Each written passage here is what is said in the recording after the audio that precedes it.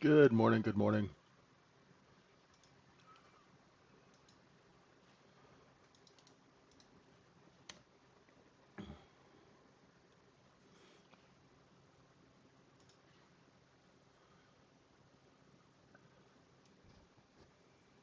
Welcome everyone to the Trading Syndicate. I'm JJ, and gosh, it's the 11th already of August. Time is flying. Good morning. Hope you all had a good weekend. Hey, Raj. Cisco, aloha. How are you, brother?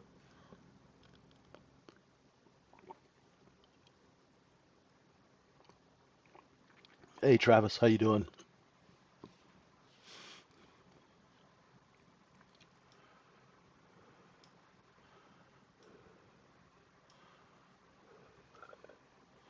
Hey, Moran, how are you? Good morning. Lonigan. Well, here we are, the lazy days of August, as they say.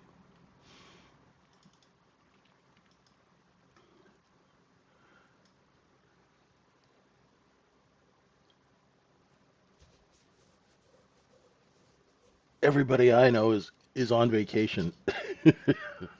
I had a weekend off, but pretty much everyone I know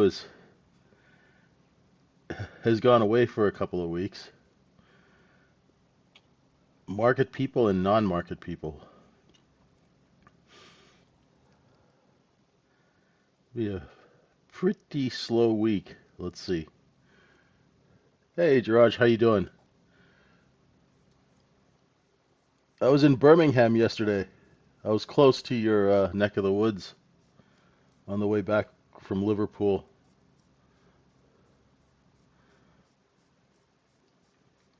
How you doing? How was it? It was okay. I mean, I wasn't there for very long. I was just traveling through. Uh, all right, so let's get to work.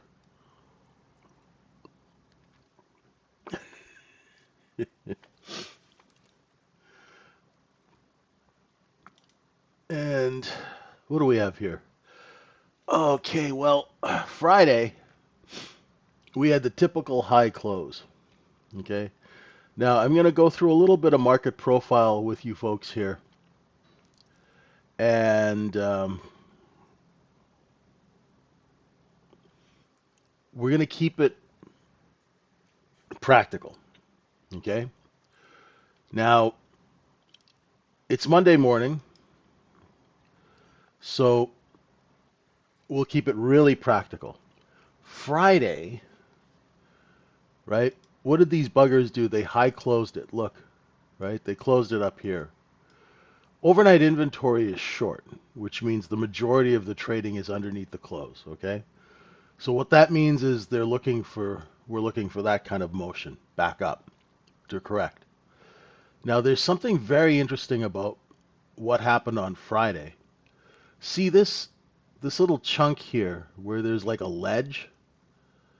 That's the last hour of trading from Friday. And we call this N and O period. I'll show you on the other chart, but that little chunk, right? Do you see this single row of letters? Or here they're blocks, right? You see that? And note when the market came down here, it comes down here, here, and then all of these half-hour periods, they come right down to where I drew that line. Okay, in slow markets, this is pretty cool because you can actually tell where the shorts are trapped. And if you learn in slow markets, you'll be able to translate that into faster markets. Okay? That's where the shorts are trapped underneath that level. It's probably around 64.19, 19 quarter. We'll go look on the next chart. But where the shorts are trapped is where they will what we call be bid to cover. Okay? And those are unfilled bids. Those are orders, those are buy orders under 64.19 that are unfilled. Okay? So these are unfilled buy orders. Now, ladies and gentlemen, that's what creates support. Okay? Unfilled buy orders create support. Okay? Market profile will tell you where those orders are. So, how is that helpful and practical when you're trading? Well, if you're shorting the market, when it gets down to 19, that's where you're going to cover. If you're flipping long, that's where you go long and you put your stop loss where those unfilled buy orders are. Because if those buy orders start getting filled, well, then that's your cue to get the hell out of Dodge. Know what I mean? Now, I know it's Monday morning, and I know that was just a bit of a mouthful that I said. But that is practical market profile. Okay? There's a lot of market profile stuff that's not practical. Okay? It's interesting, but it can't help you make money. Right? Just like there's a lot of things in the retail trading world that are talked about, how many of things are actionable in a practical manner that you can actually remember when you are in battle? Right? This is one of them. Where you see the bottom of those single prints, that's what they're called. Where you see the bottom of those single prints, that's where you're looking for support. Support is created by unfilled buy orders from short sellers. Okay? So just so you know now, that's a very quick little market profile lesson where it's practical and you can use it. So if you noticed how we came down there like 4 times, that's where you'd put your buy order, click into the buy, put your stop underneath, and then ride it up. It's not a huge trade, but I'm just showing you the mechanics of the trade. Okay? When the ranges are bigger, it'll make more sense. Okay? All right. So that's where our support is down there. And let's go to the next chart. See, right here. Here it is right here. And I'm going to make it a little bigger. That's the same thing where you see how it came here in this. So for all of these hours since 1 in the morning my time, right? It's been bid, bid, bid, bid, bid, bid there. Why? Because that's where the shorts are trapped from the bottom here. You see? Hey, John, how you doing? So that can help you make good business decisions. That's what it's all about, right? Trading is just making good business decisions and managing your risk. So you would be buying here, like say you were buying 21, right? You'd put your stop under 20 and, and you ride it up, right? You put your sell orders out so, you get in line. Now, let's go look at the 1-minute chart. And my levels are 20 to 23, doubled them to 29. It's a tight market tonight, this morning, wherever you may be. It's a tight market. Now we're adjusting inventory up to the close. VWAP is, I think, at 22. Can you ask why is Friday profile with N and O? I always have N and O, MXM. N and O are the last hour. You see, this M period goes to 4. N period is 4 to 4:30, and O period is 4:30 to 5. This is what they call the maintenance session. And in the maintenance session, there's less people trading, so it's easy to move the market higher. Does that make sense? Most traders don't look at N and O period. Is that, I hope I'm answering your question properly.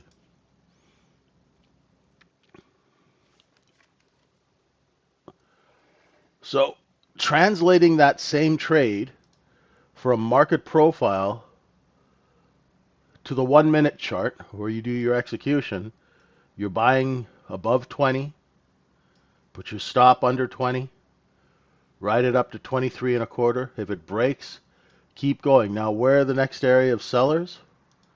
Right? We use our candles intelligently. We know that they're going to be sellers up here at 20, just under 26, and there they are. Right?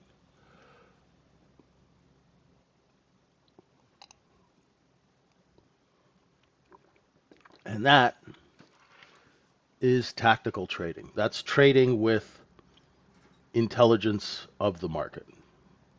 Right? It's using the chart to give you information you can use.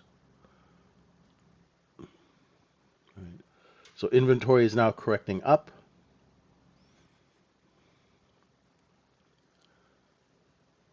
Let's see if we stop and rotate back down.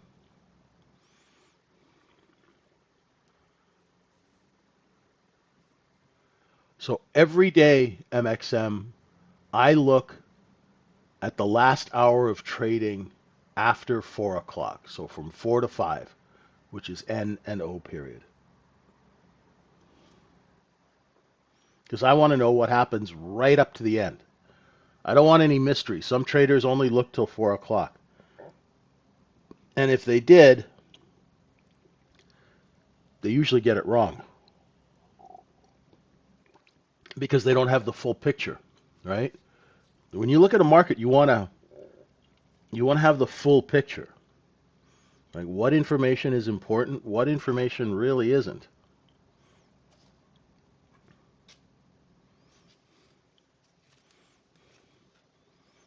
Did I answer your question properly? Hope so. Let me know.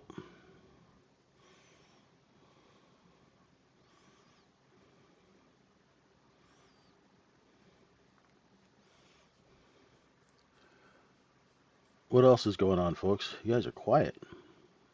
It's going to be a quiet week. What's no. NNO are not included in RTH session. All right.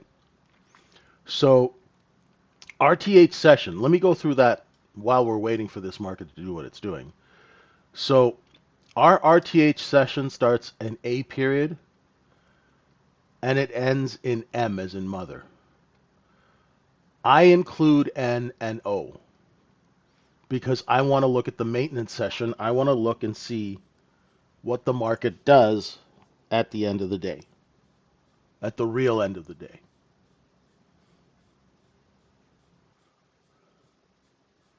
I include N and O in the RTH session. Some traders do not.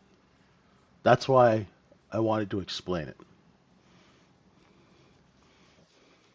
Right? See, in retail trading, right? Retail traders have all different ways of doing things. Okay? I was trained institutionally and we only have one way of doing things. Right? So you guys all, like somebody trades fibs, somebody trades moving averages, somebody does this. Well, that doesn't all exist in institutional market making. We only have one way of doing business, right? Yeah, there's a lot of info. Really, Cisco, what it is, brother, is, you know, we want to see where they stash the what are those donuts that you guys eat in the islands? Malasadas? They want to know where they stash those things at the end of the day, right? Where's the storeroom that those things are hidden in? The inventory is all that really matters, right? We want to really make sure, and they is basically the people who are the wholesalers, right? They react to the market according to the order flow or the flow of customers. That's us that come in. right? That order flow is just a fancy way of saying customers, right?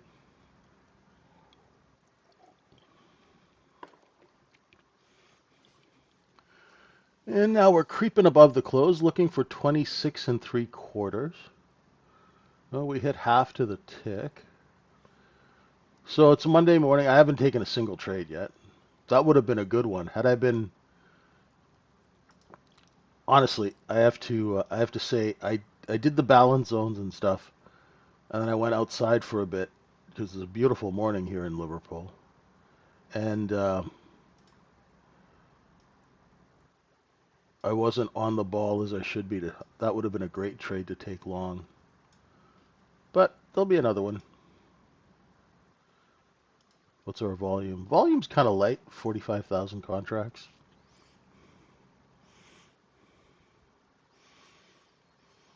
Hmm.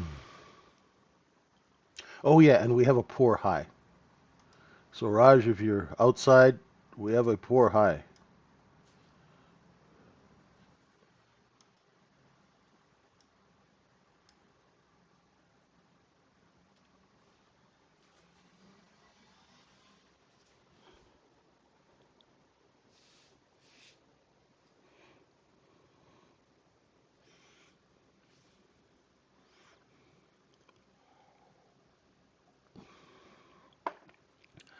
Do I use level 2 to make decisions when trading, or do I focus on the charts? If I'm making a market, Nate, like say I'm working a deal, right? If I'm um, I'm selling like a whole bunch of stock for insiders, I'll use the level 2, right? Because I want to manipulate the level 2, right? To make it look a certain way, right? But when I'm trading as a retail trader, I just use the chart. Just the 1 minute chart's all you need. You don't need anything else. Poor high means resistance, Howard. What does poor high mean? Competitive selling, right? So competitive selling is resistance. Competitive buying is support. There you go.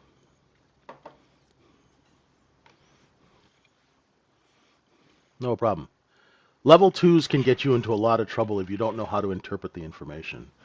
And I remember there was this one trading guru, quite a famous one, and he was charging people $700 back in the days when they had DVDs. He would charge $700 for a level 2 DVD. And somebody showed it to me, and all the information was wrong. It was all just blatantly wrong. And I was like, oh my God, people are paying money for this. And he's like just talking just out, out his butt.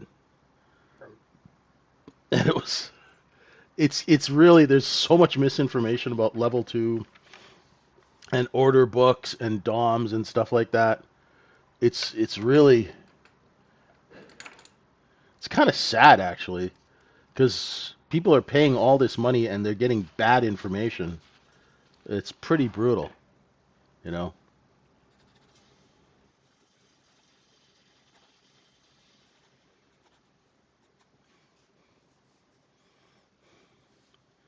All you need to trade is a candle chart, a simple candle chart. If you're trading intraday, a 1 minute chart will give you the most accurate reflection of order flow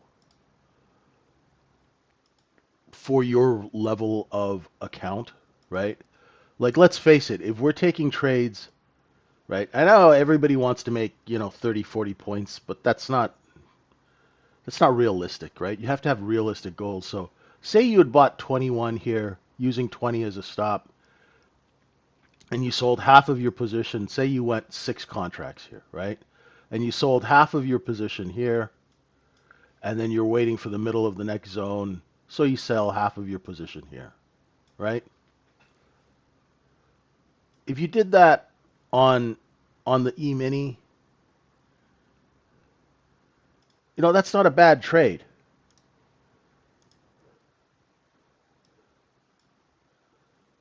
Say the first 2 points on 3 contracts, right?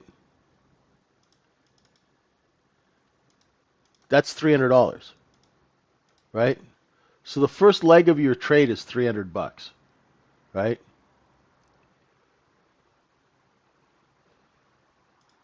The second leg of your trade, those other three contracts,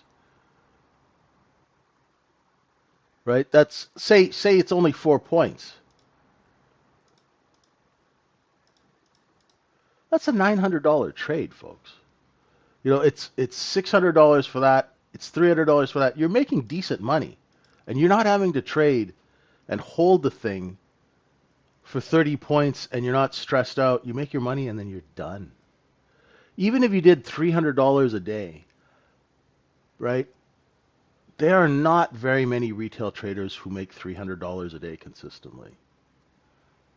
I would submit to you there's not a lot of retail traders who make $50 a day consistently, like every day, for like 6 months, right? Consistency is at least 6 months, right? Learn how to be consistent. Yeah, exactly, Cisco. Exactly. And then you can size up, right? And the trades that we teach you at the trading syndicate, they're scalable, right? Because that trade, once you get good at it, you can take those on longer time frames. You can scale, right?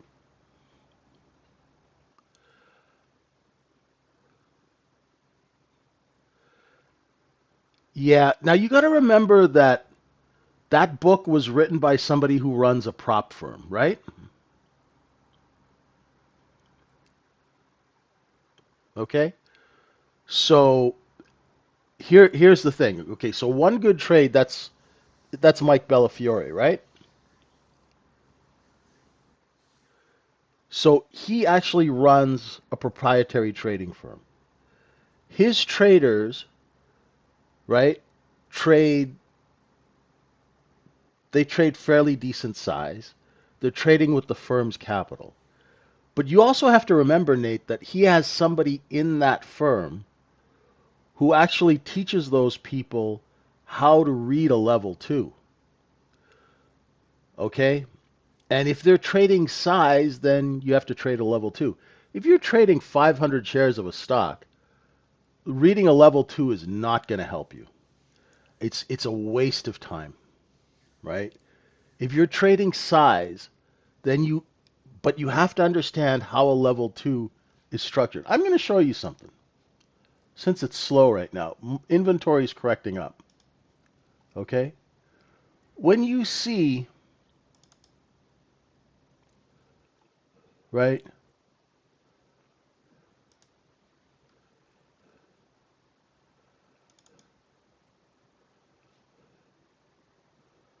I'll show you just a simple level two real quick. Okay? Now, this is one of my deals. Okay? This is when I run a stock. Okay? And this is a while ago. So, right? You see this level two here? Right? This is an unupdated quote. Let me just get rid of that.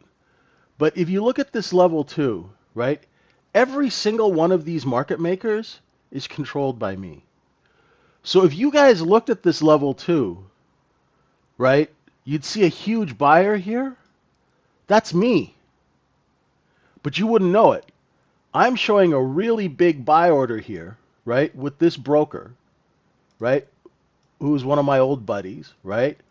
He's putting in a huge 100,000 share buy order at 430.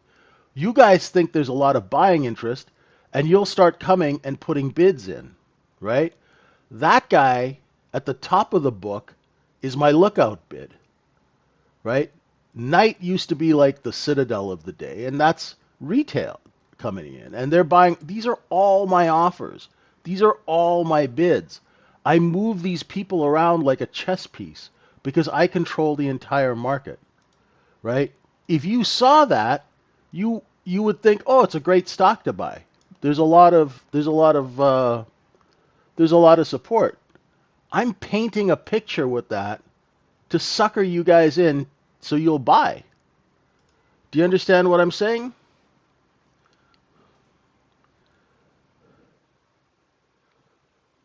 right? Everybody talks about level 2. I'm actually have been the level 2 for 25 years, right? So what you want to do is if you're trading even stocks, right?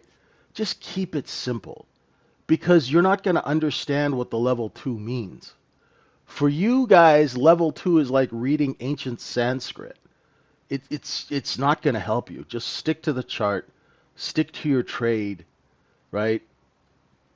And I'm not trying to disrespect that book, but there are plenty of people who lose a lot of money trying to. Like, if you work for him and you're at his brokerage firm or his prop firm, they're going to teach you how to read the level 2. They're going to teach you what it means to manipulate an order book. At least I hope so, right? And if they don't, they can call me. I'll show them.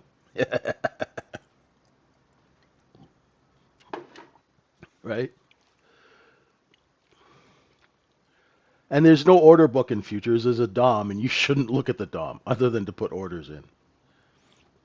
All right, we're creeping up to 64.28 and a half, right? And once again, no disrespect intended, right? To that book or the author, I have a lot of respect for him, but he actually teaches you how to use the level 2.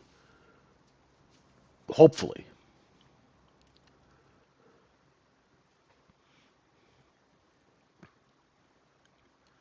right? So the level of support that you get as a trader if you're working for him is different than the levels of support that you have when you're sitting in your living room trying to trade, right? So when you're sitting in your living room, you're sitting in your house, if you're not at a prop firm, you have limited resources. So what you want to do is dial in on the resources that you do have. What are the resources that you have? Well, you know there's going to be sellers up here at 29.5, right?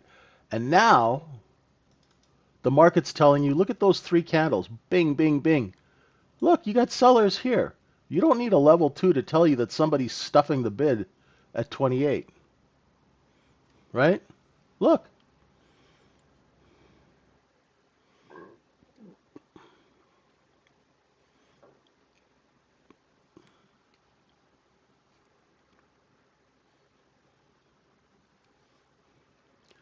So that 62, that 23 to 20 area, right? That balance area. All it is the overhead supply. Yeah, it's getting flushed out. And during this period of time, right, the order flow is very, very quiet, right? So they're just going back and forth,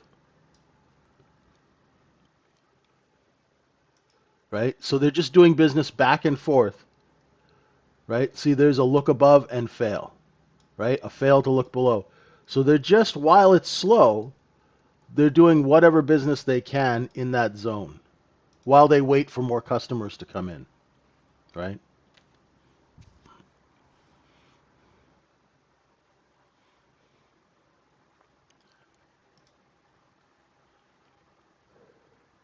Unfortunately, most of the videos I've seen on things like order books and footprint charts and bookmap and all of those things, the information that the people talk about is really not true because they've actually had no experience trading size. It's very hard for someone who's never traded out a 5 million share order to actually tell you, oh, this is what's happening. Because they don't know. They're guessing, they're speculating what's going on, right? And I don't mean like, and take it from me, I've traded out billions of shares of stock over a 25-year period. London's opening now. And my job is I don't want to just ditz people. I just want to make your life easier by reducing the amount of information. Like, so say you're a short seller, right? Say you're taking a little short here, right? Say you're shorting, where'd you put your stop? You'd put your stop at 28, right? Because let's look at it. I'm a little late. okay? And I don't even have my trading software open. But look, if you were shorting here, you put your stop here because if you lose that seller, right, then the market's going to do this, right? As long as those sellers are still there, it's going to come back down into the 25s. Now watch, when it gets up there, if you lose the seller, cover your short. See, look, the seller stepped in, right? You can easily get wicked out in a market that's slow because all they need to do is drop one buy order, right? And the whole order book just completely cleans out. Speaking of which, I should open up my other Sierra chart.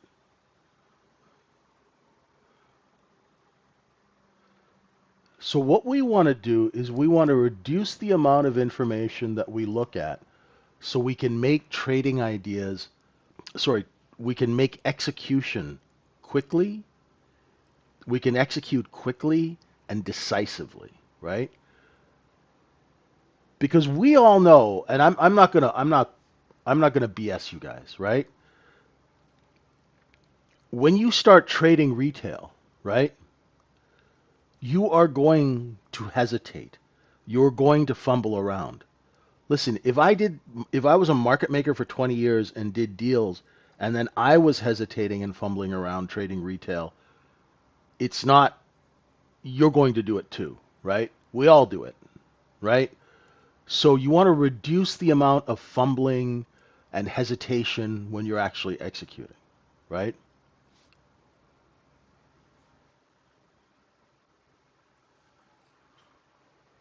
So it's step by step. Let me see here. Are sudden spikes in 1 minute volume often the market makers reacting to large retail? Yes, but it's not really the market makers. It's the algorithms because it's all electronic now. So when a large order hits the order book, the market will react very very quickly, faster than any human. It's fascinating, Seiko. Good question. One question. In private mentorship, do you teach how to read the level two? Yes. If you want to learn how to read the level two, in my mentoring, in my private mentoring, I will teach you if you're interested. Most people aren't, but if you want to read it, it's a my one-on-one mentoring is a lifetime mentoring program, so we have all the time in the world, and if you want to learn how to read a level two, I will teach you how to read a level two, right? It takes time, but if you really want to learn it, but I would like to teach that to people after I start making the money, right? But if you want to learn how to read a level two, I'll teach you, right? Most people don't want to, but if you're interested, give me a direct message and we'll talk. Okay. So London opened, went to 28.5 to the tick, and now London went back to sleep. We have any news today? I haven't even checked. Right. No problem, trader. No problem. It does take time. Monday, no news. Tomorrow, CPI. Wednesday, Fed presidents. Jobless claims on Thursday. Retail sales on Friday.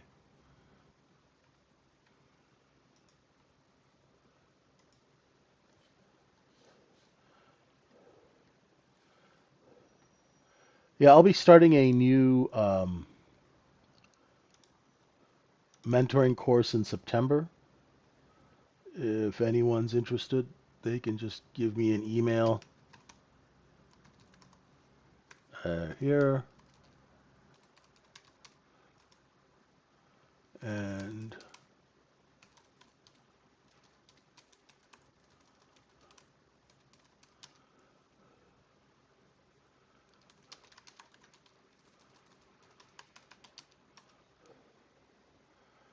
Long 26?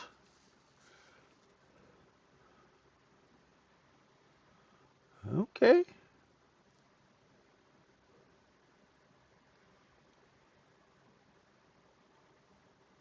Let's see how trapped they are underneath yesterday's high. So if you're long that 26, you can use Friday's high or the close as your stop, right? If they're short enough, we'll slowly creep price up. We need some more customers.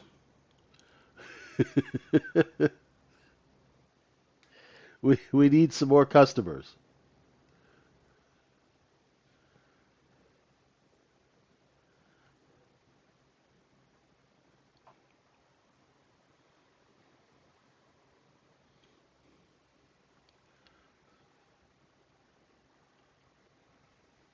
Yeah, that's a good question, Seiko. Those 1 minute spikes.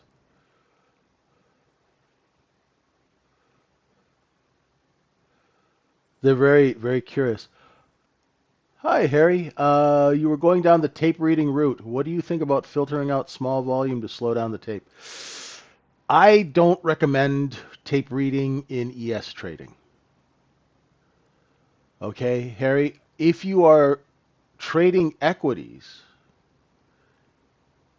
and you want to learn how to read the tape, you don't need to, okay? It's a old skill. It's kind of like tape reading is kind of like like being a cobbler, being able to put soles on on an old pair of dress shoes. It's like it's a dying skill, right? Um, and I love tape reading for equities because the tape on a stock will tell you a heck of a lot more than futures because futures have a constant spread. So how we do it in the old days when we used to ride horses to work, right? Is you just sit and watch the offer. You'd watch the last price and the offer. And if the offer's starting to lift, see how it went 25 quarter and then went 28 quarter and then 28, then down to 27 and three quarters back to 28. When the offer starts moving higher, and now you can just watch the line, right? If the offer starts going lower, that means sellers are competing. If the offer starts moving higher, it means sellers have seen buyers and they're raising price. Now, it's a little bit confusing for some people and it can be a little tedious. So that's why I have the offer indicator on my 1 minute chart because the graphic is easier to see than that for some people. Now, in stock trading, right, watching the tape is completely different because the spread is not fixed. So in equity trading, sometimes you can see price improvement. You can see if they're backfilling. You can see if there's a give up. You can see if the seller is an offshore seller or an onshore seller, right? All of those things are important to me, but it's not necessary, right? So tape reading was used. See, before we had all this fancy software, all you had was this. You didn't have, like, before 1995, 1997, you didn't really have computers that had the power to chart. And if you did, it was like 5 grand a month for your quotes, right? So all we had was a ticker, right? It was a live ticker for, people could afford it. And then for people who couldn't afford it, it was a 15-minute delayed ticker, right? So it all depends. I mean, if you're just learning how to trade, Harry, you don't really have to go down that rabbit hole, right? Because all the tape is, this is the tape and this is the tape. So this is just a graphical representation of the transactions that are happening here. Do you see that? So it's easier to see, oh, there's a seller here because you can see it with your eye, right? Does that make sense? You can clearly see that there's a seller at 28, and you can see the offer can't get above 28. Now, filtering out for large trades isn't going to help you at all because large traders never show their hand, right? Those trades, those large trades could be late trades, they could be backfills, they could be inventory prints. You guys don't even know what I'm talking about, right? Do you guys know what an inventory print is? Anybody here know what an inventory print is? Anybody here know what a backfill is? Anybody know what a backfill with a give up is? Right? It's not going to really help. Just watch the chart. It's the simplest thing. It's going to make your life easy. You're going to be able to make some money, right? But how many times have you noticed that, Harry? Right? And how are you going to capitalize on that? Right? An inventory print is when a market maker prints from his inventory to the client account. And that can happen at any time. You guys will see that and think that there's a change. Sometimes there is, sometimes there isn't. Right? It's like an accounting transaction. So trader, say you tell me to work out an order of 5,000 ES contracts. I work that order through the day. At the end of the day, I'll print to you, okay, I sold 3,000 out of the 5,000, and I'll print those 3,000 from my inventory to your account, right? But you guys have no idea what the hell's going on. So once again, we want to limit the amount of information that we use to what is actionable that you can actually make money from. Wouldn't it be nice to only look at one or two things and actually be able to make $1,000 a day, $500 a day, and then be done with your day so you don't have to obsess about this stuff? Like, aren't you guys tired of looking at 25 different things?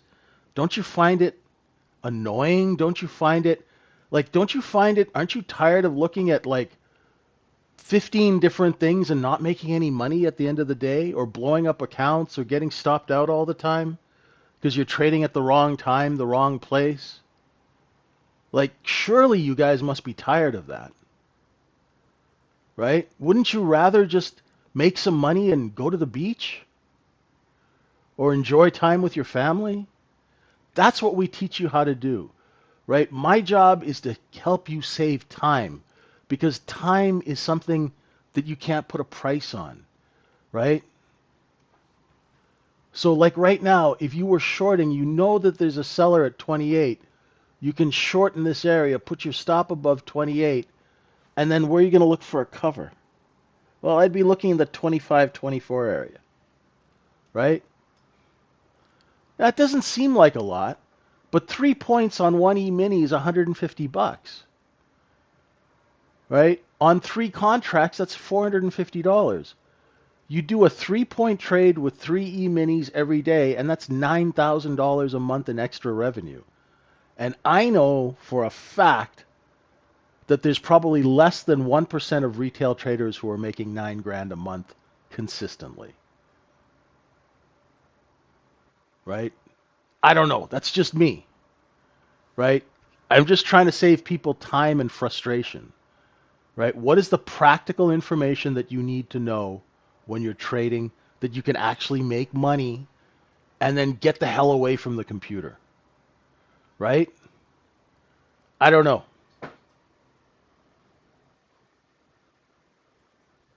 That's my mission, is to help you guys make some money and then go enjoy your life, right? Instead of obsessing about things that are never going to make you any money, right? So what we do, we took the cost basis, we sold it, and now we're putting it back on sale, back to cost basis. So where's the target? Target is 23 and a quarter now, right? I just want to keep your life simple. I'm not one of these guys who wants to help, like, pretend that he's smart and talk about things that aren't going to make you any money. I mean, I could talk about inventory prints and backfilling and offshore selling, and I could talk about clearing, but it's not going to make you guys any money, right? I could talk about order books and all of that stuff, but is it going to help you make any money? No, right? So that's what I want to do. I want to make you guys money, right?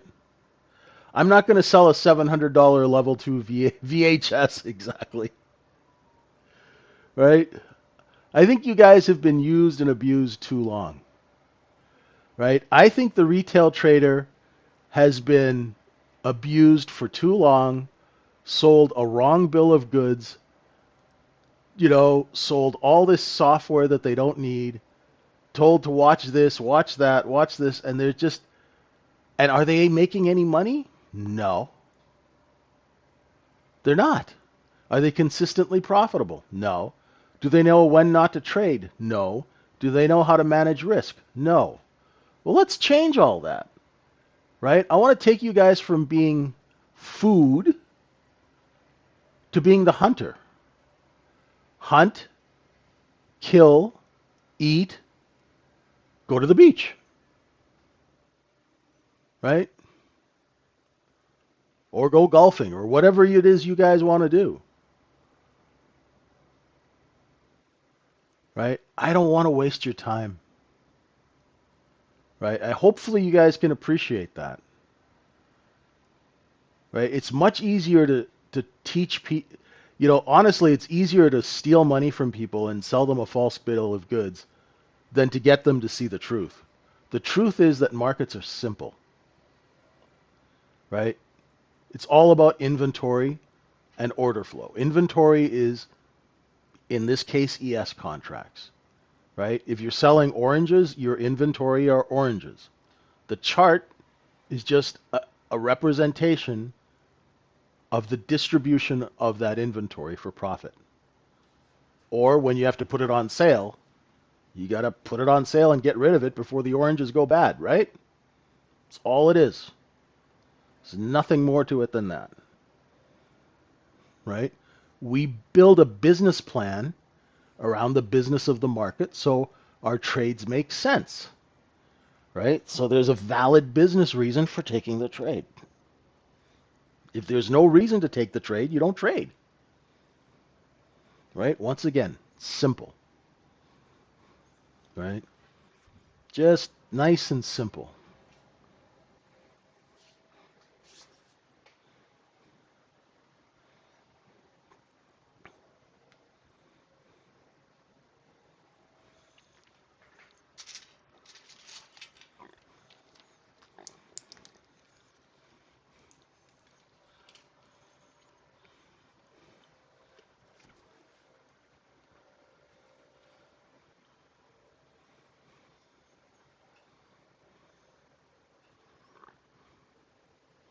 So right here,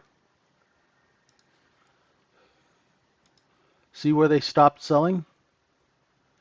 Right there. Would I buy that? No, right? Because it's not anywhere near an edge. So I don't like to do business in the middle because it's unpredictable, right?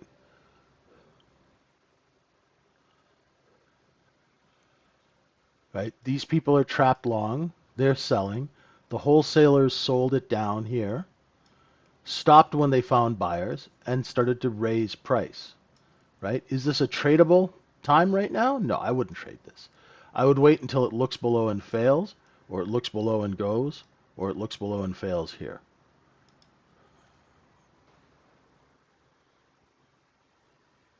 right? Keep it simple, right?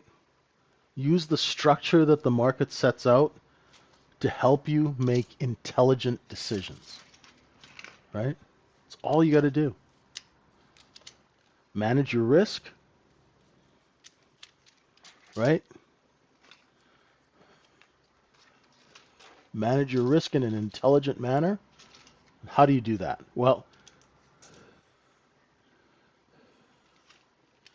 your risk is based upon the business of the trade. So if I'm not trading, if I'm only trading from an edge, right?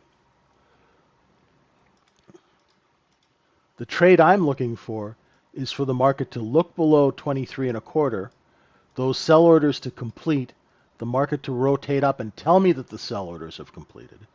Then I would go long, put my stop here, and then sell into that area where there were sellers and sell into that 26. Right? Grab a couple of points. If it keeps going and I have more size, get rid of the rest up here. Right? If I bought 24 against 23 and a quarter, right? If it breaks 23 and a quarter, there's no reason for me to be in the trade. Right? Because if I own something at 24, trying to sell it at 26, 27, and somebody comes along and is offering it under 23, what is the point of me holding inventory that is not priced properly? That's all it is.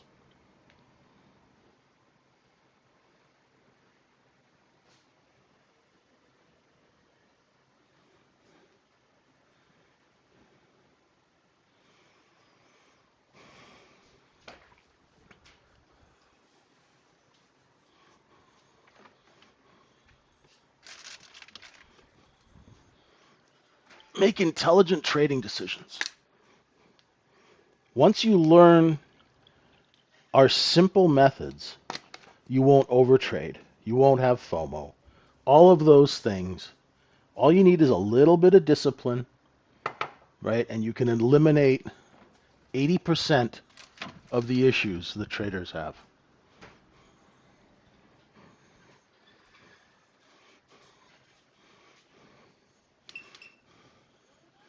Any questions?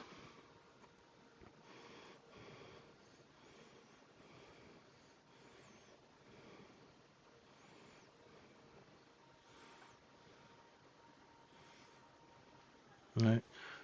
And that's what we teach at the Trading Syndicate. That's our whole job is to help educate you on how to make money and not waste your time.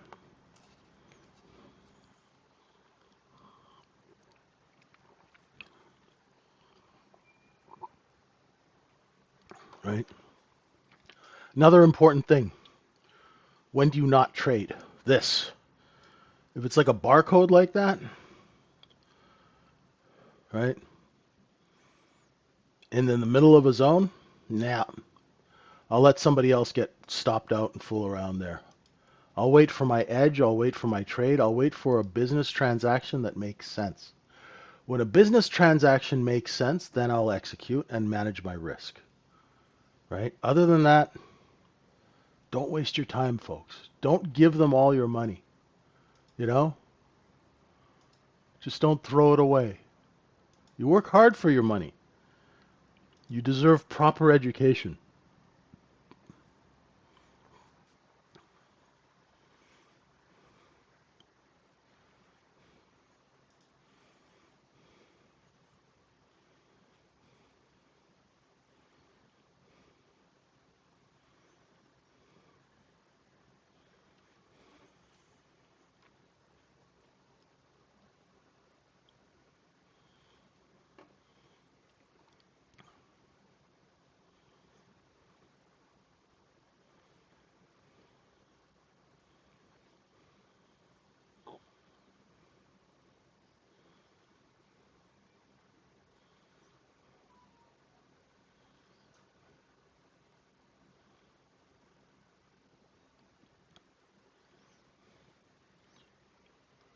Would you say that there is selling competition between trap longs and wholesale?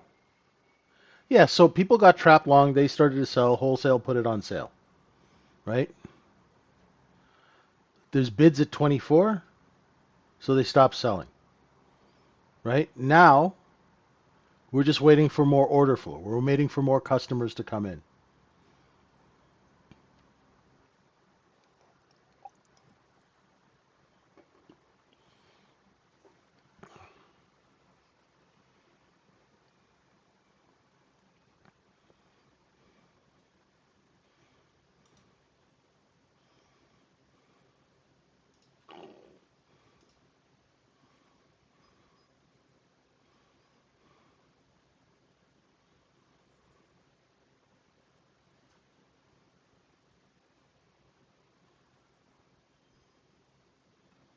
Yeah, that's pretty much it for me tonight, folks.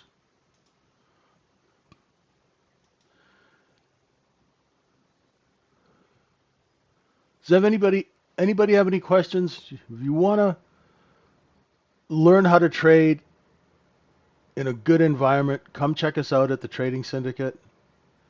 Steve's always running some sort of a sale.